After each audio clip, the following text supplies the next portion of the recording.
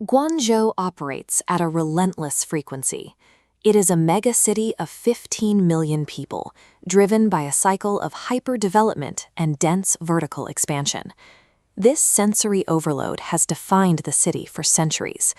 Archival views of rickshaws and layered trade signage show that Guangzhou has always been a crowded epicenter of movement and noise. Today, the Yushu district sits at the geographic center of this sprawl.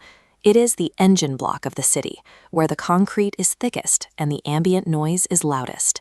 Yet, hidden within this canopy of steel and glass is an ancient structure that forces the city to bend around it.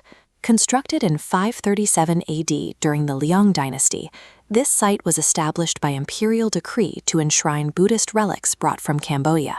The temple's thick outer walls function as a physical buffer. This heavy masonry absorbs the urban roar, creating an immediate, preserved silence the moment a visitor crosses the threshold. Past those walls, the courtyard is anchored by the Hua Ta, or Flower Pagoda. Rebuilt in its current form in 1097, the tower rises exactly 57.6 meters above the pavement.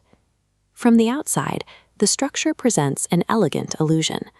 Red and white glazed tiles and carved lotus brackets arrange themselves into a 9-story octagonal spire. That outward profile is deceptive. This schematic reveals how it functions.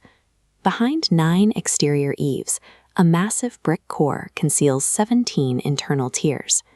This engineering endures centuries of typhoons.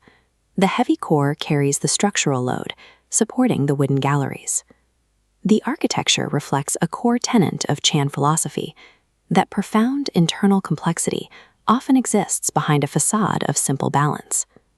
Before reaching the deeper halls, visitors encounter the Maitreya, the Laughing Buddha. His presence emphasizes a spirit of heartfelt simplicity, preparing the mind for the sacred spaces further inside. This atmosphere deeply resonated with the exiled Song dynasty poet Su Dongpo.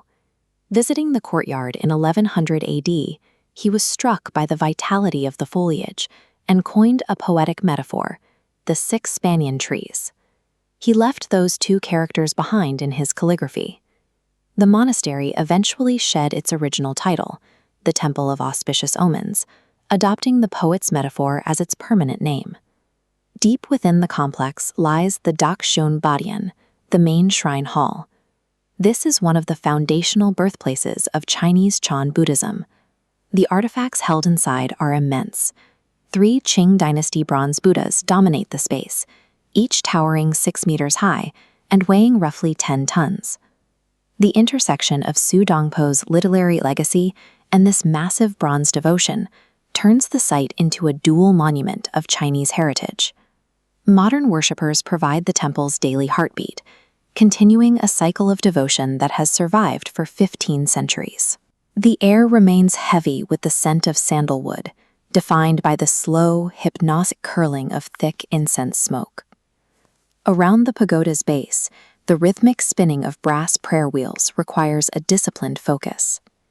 Worshippers use this repetitive motion to steady the mind against the distractions beyond the walls.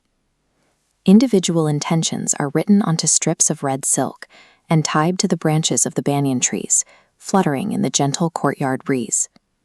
These acts are a direct continuation of the teachings of Huineng, the 6th patriarch, ensuring that the Chan Buddhist legacy remains an unbroken part of the city's identity. The Temple of the 6 Banyan Trees remains fixed in place while Guangzhou transforms.